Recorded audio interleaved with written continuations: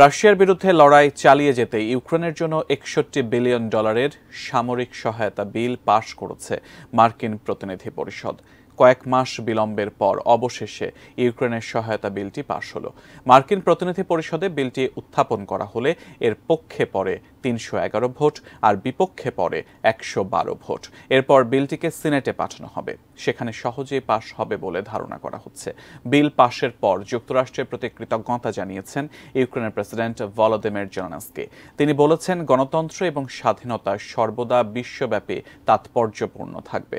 যতক্ষণ আমেরিকা এটিকে রক্ষা করতে সাহায্য করবে, ততক্ষণ পর্যন্ত তা ব্যর্থ হবে না।